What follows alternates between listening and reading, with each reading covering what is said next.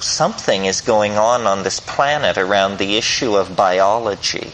Something has broken through here. Some kind of higher order organizational process is in play that is larger than the human species, larger than the historical damage we have done to the planet. Something is going on. And I think that we are reaching the cultural stage where if we can sufficiently decondition, we can understand what it is. It's something about the biological integrity of the planet and cognition and ourselves as instruments of something that wants to manifest itself through the release of energy and the control of matter in some form.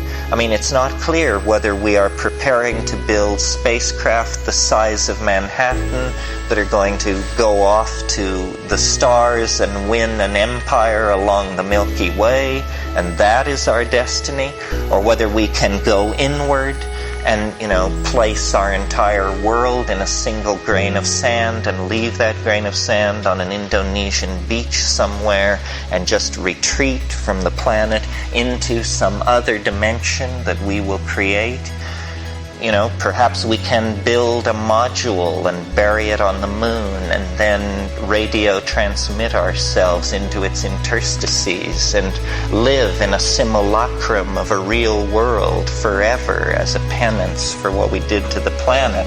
I mean, the scenarios are endless because the cultural dimension that opens ahead of us is the imagination. That's what all this stuff is. That's where all these things are living. We are going to be the horrified witnesses of the revelation of the true nature of the human soul. We are going to find out what everybody else only wondered about, which is, who are we really? What will we do with ourselves when we are freed from the constraints of gravity, energy, and yes, morality and politics? What are we when we begin to take off our cultural clothing?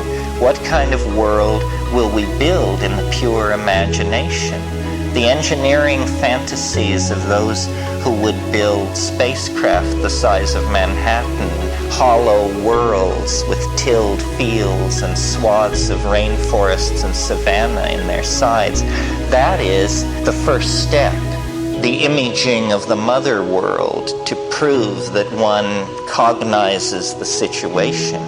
But human beings are creatures of art. And whether this art is erected in massive structures in orbit around Jupiter, or whether it is erected in some kind of fractal and syntactical electronic simulated space that is somehow quantum mechanically sustained, it doesn't matter. The point is the lineaments of the imagination, the projection of human hope and creativity. There is a stirring in the primates. They feel the eerie nearness of the thing, and this eerie feeling of nearness of the other slowly acts as a vector on the animal mind and points it toward the transcendence, and we begin the quest. We don't even know that we've begun the quest, but the disruption of the unquestioning animal here and nowness is finished. The 20th century model is that life is a desert. Man has been abandoned by God. Life is a desert.